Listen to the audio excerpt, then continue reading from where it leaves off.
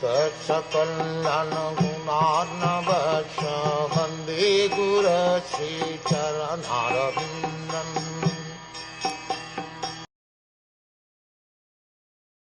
O bull, you are offenceless and thoroughly honest. Therefore I wish all good to you.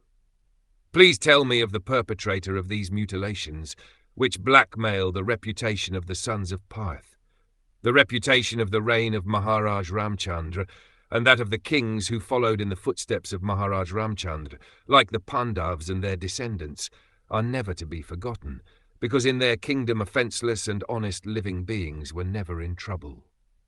The bull and the cow are the symbols of the most offenceless living beings, because even the stool and urine of these animals are utilized to benefit human society. The descendants of the sons of Parth, like Maharaj Parikshit, were afraid of losing their reputations, but in the modern days the leaders are not even afraid of killing such offenceless animals. Herein lies the difference between the reign of those pious kings and the modern states ruled by irresponsible executive heads without knowledge of the codes of God.